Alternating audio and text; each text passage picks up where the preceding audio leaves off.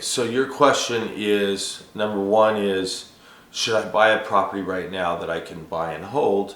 And the second part of that question is, currently the prices of the houses in Raleigh-Durham, and this could be anywhere, currently the prices in Raleigh-Durham, the house costs $250,000 with rents of $1,500, which means that if you purchase that home, you're not going to cash flow, and you're thinking that you may even break even. And then you're also saying that you believe that potentially that rents will eventually go up. There's a fundamental problem with this whole philosophy of the BRRR strategy. The BR, double R, triple R, quadruple R, whatever RRR it is. At the end of the day, there's many of the gurus out there that are selling you on a BRR strategy, right? And you are now contemplating taking down a property in the very top of the market, and you're okay with no cash flow. Okay? Well, I can tell you, number one, I wouldn't take a property down in the high side of the market, even if there was a large amount of cash flow. And the reason why is we're headed off a cliff, brother. Hands down, we are headed off a cliff. There is so many statistical data points that are showing that the market is going to collapse and fall, that you're going to end up in a situation where you're going to buy a house at the height of the market.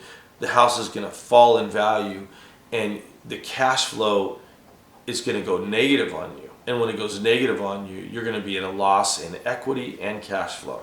So what I always say is, even if there was cash flow, in a falling market, your cash flow won't make up for the loss in equity. So get away from buy and hold investing, especially in this market.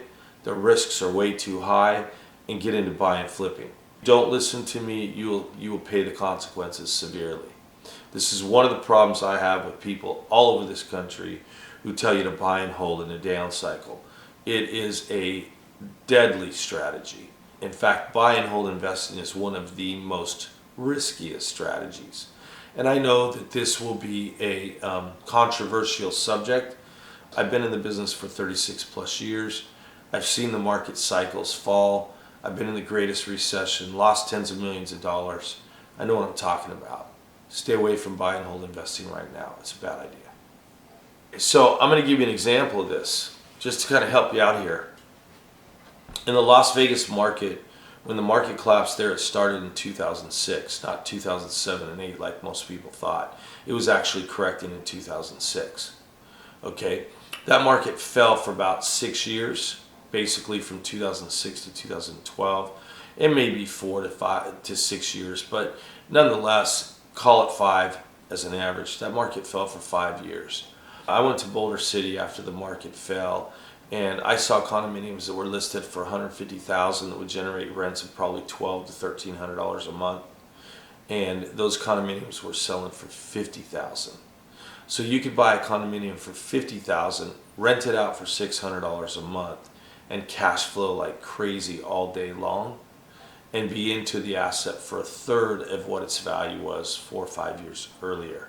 So what you're looking at is, if the market correction is strong, you could buy a house for $150,000 that drops to 50 grand, so you lose $100,000 in equity, and your cash flow goes out the window. Because what happens is, when a market collapses, the values of properties drop, and so that means rents can drop, and so they can actually rent a property for less. So your competitor can come in and pick up that asset for $50,000, and he's into it for 50 when you're into $150,000. He can go in and buy that asset for 50 grand a month, rent it for $600 a month. His payment can be $250 a month, and he can cash flow for $350 a month.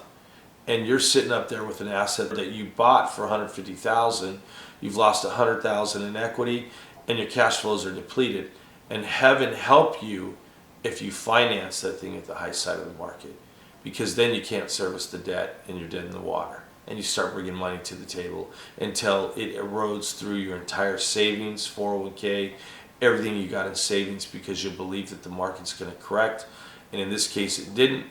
And so now you lose not only $100,000 in equity, you lose most of your lifetime savings, your IRA, your 401ks, and that asset can literally drag you right down to the bottom of the ocean, and you didn't even know it happened. Believe me, I know, I've been there, I've done it. Bad idea.